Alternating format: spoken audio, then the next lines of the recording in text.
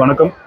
இன்னைக்கு நம்ம ஆசம் பள்ளியில் கர்ம வீரர் காமராஜர் ஐயா அவர்களுடைய 122வது பிறந்தநாள் விழா கல்வி வளர்ச்சி தினமாக கொண்டாடப்படுகிறது.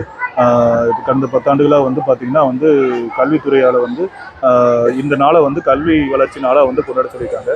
அதன்படி ஒரு வருஷமும் நம்ம ஆசம் பள்ளியில் பல்வேறு நிகழ்ச்சிகள் நடத்தப்பட்டு குழந்தைகளுக்கு கர்ம வீரர் பற்றின விஷயங்களை ஞாபகப்படுத்துவது விதமாக நிறைய விஷயம் பண்ணிட்டு இருக்கிறோம்.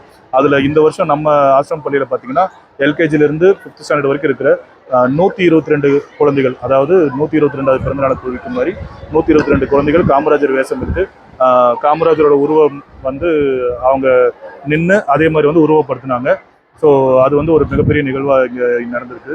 இதே சமயம் இன்னைக்கு நம்ம தமிழக முதல்வர் மு.க.ஸ்டாலின் ஐயா அவர்கள் அதாவது காலை உணவு திட்டம்ன்றது முதல்ல அரசு பள்ளிகள் மட்டுமே இருந்தது. இப்போ அரசு உதவி பெறும் பள்ளிகளுக்கும் பண்ணியிருக்கிற விஷயம் உண்மையிலே பாராட்டத்தக்கது. இது மென்மேலும் பல திட்டங்களை இது மாதிரி செயல்படுத்தணுன்றது கேட்டுக்கிறோம். ஸோ கர்ம வீரர் அவர்களுடைய ஆற்றிய பல பணிகளில் கல்வி வளர்ச்சிங்கிறது ரொம்ப முக்கியமான பணி.